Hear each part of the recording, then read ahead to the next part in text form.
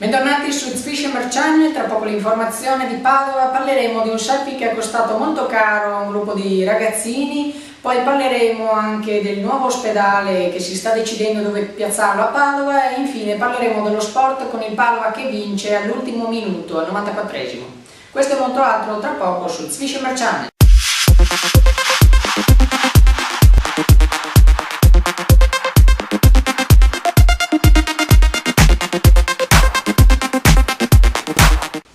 Bentornati in diretta su It's Fisher Channel, edizione delle 19:30.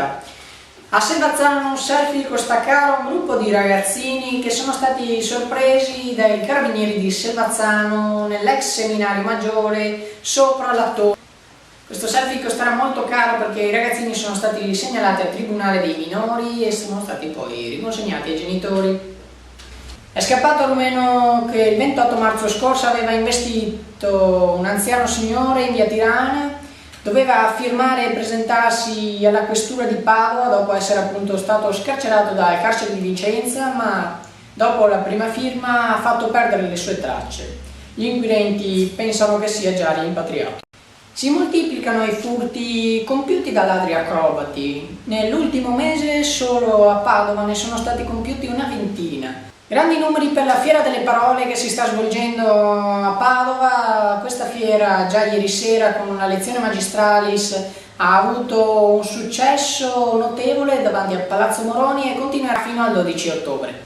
Domani in via Venezia si terrà l'asta giudiziaria del comune di Padova che assegnerà oltre che a 13 biciclette anche iPod, iPhone e altre cose che erano diventate del comune a seguito del mancato riscatto da parte dei legittimi proprietari. Domani l'asta si terrà alle 15:30, ma già fino a mezzogiorno sarà possibile visitare e vedere gli elementi che saranno battuti all'asta. Questa settimana maxi scontro sulla Postumia, 7 feriti e 4 auto coinvolte. Verso le 15 c'è stato un impatto che ha bloccato il traffico all'altezza di Montanica. Dopo la pace tra Bitonci e Zaia, adesso l'interrogativo è dove sorgerà il nuovo ospedale di Padova. Un'ipotesi era quella di posizionarlo al posto dell'ex aeroporto Allegri, che attualmente è in funzione, la seconda, più credibile, al posto del centro sportivo del CUS. Queste ultime 2 settimane hanno messo alla prova i vigili del fuoco che nel tratto del Bacchiglione, compreso tra Selvazzano e centro di Padova, hanno dovuto già fare 2 ricerche per 2 scomparsi. All'inizio un 80enne che era scomparso e poi ritrovato deceduto, oggi un 17enne che ha fatto intendere di volersi suicidare, ma quest'ultimo non è ancora stato trovato. Passiamo ora alla pagina sportiva perché il Padova vince a tempo scaduto contro il Mezzo Corona 1-0, rete al 94esimo di Ilari.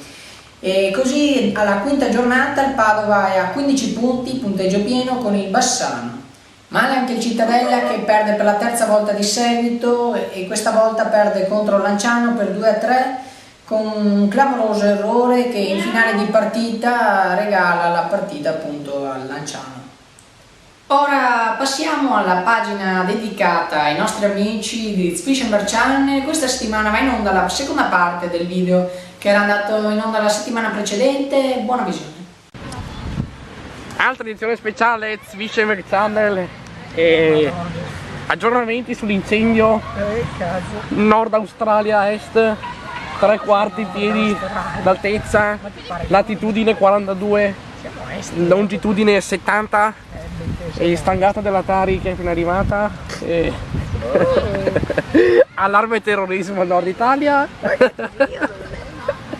e cos'altro che c'era?